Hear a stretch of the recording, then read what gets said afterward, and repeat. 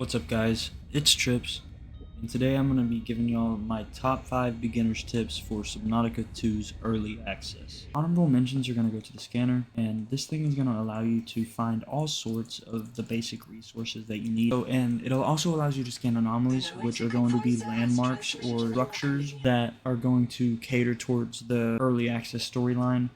And it also allows you to scan for bases, debris, and bloom infestations, which is so helpful with this because the bloom infestations are a little bit tricky to find every once in a while. So if you set up a temporary base near one and you're able to get a scanner, it'll help you so much with being able to progress in the early access story by clearing out those bloom infestations. Another honorable mention is going to go to the air bladders. These things are so good with getting away from predators, getting oxygen, or just making sure you get to the surface to survive. And as you can see, like that. Yes, you can bring multiple, but the moment you get to air, it refills it. One of my first tips is going to be when building your base, try to build your todpole dock a little bit away from the fabricator. Originally, when you make it, it's going to make a dock immediately by the tadpole. That's how it had me do it. But as you can see, when you try to, you're just going to go straight into the dock.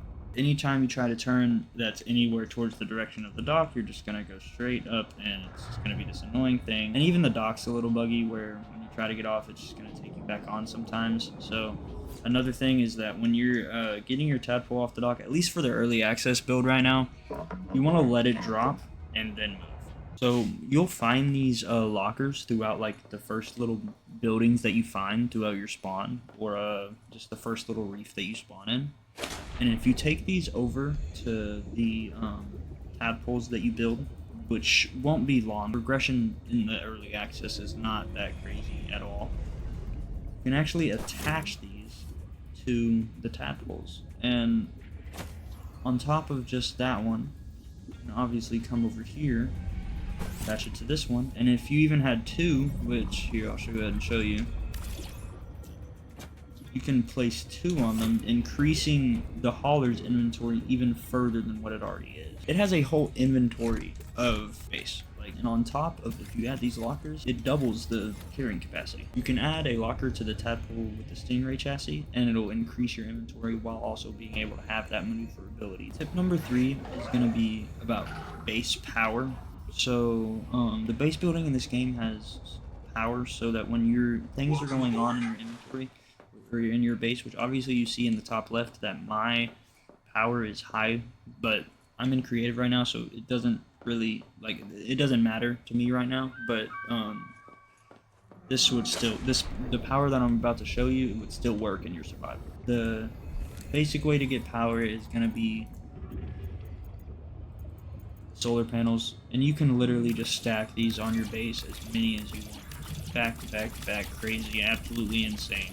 Go nuts, and you can get, obvious, look at the top left, 140 power.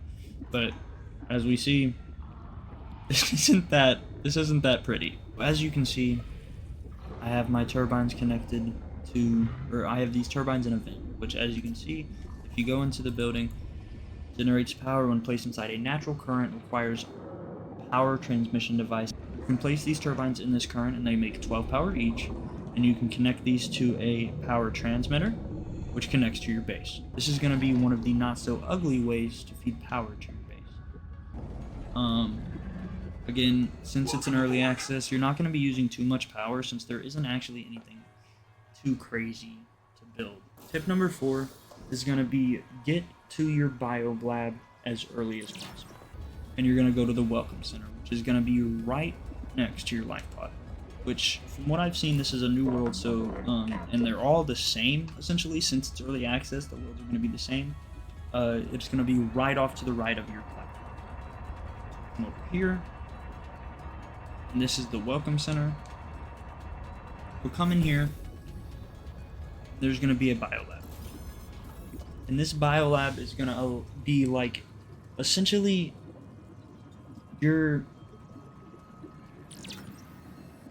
And this biolab is going to unlock, like, basically every little function that you think you're missing for just maneuverability and overall survivability of the early access build and just the game in general. What I recommend running is, and you're gonna unlock a lot others, which are gonna have to do with like scanning around you. There's one about bait that allows predators to go after that instead of you. There's an electric one that shocks things instead of. But my best friend throughout the whole early access was the dash. I mean, it can't go wrong. It just makes the game so much more easy with exploration wise. Like just when you're not in your tadpole and you're just going and farming resources, different things like that, you need the dash. It just makes the world so much more like maneuverable. And as for passive mods, this one's gonna be pretty much like up to you. You're gonna get a lot of different ones that have to do with either food consumption, water consumption, and it's honestly gonna be up to you what you found most annoying to deal with throughout. These are gonna be your passives to counteract those things. Tip number 5 is going to be resources over substance, which substance is obviously the water or the food that you need for your hydration and hunger. There is a massive amount of water slugs all over these reefs where you spawn, and you can catch all of the fish and cook it. It is not hard at all, so when you are out there, before you go on the missions past the Leviathan and into the bloom infestations and the alien structures and all those things, stock up on as many water slugs as you can, as many fish as you can, make as much water as possible, and then it's not hard at all. And you are mining and you look in your inventory, you have a full inventory, but you have water or food, drop the water or food and pick up the resources because it is going to be needed, and you can get the water and food back so easy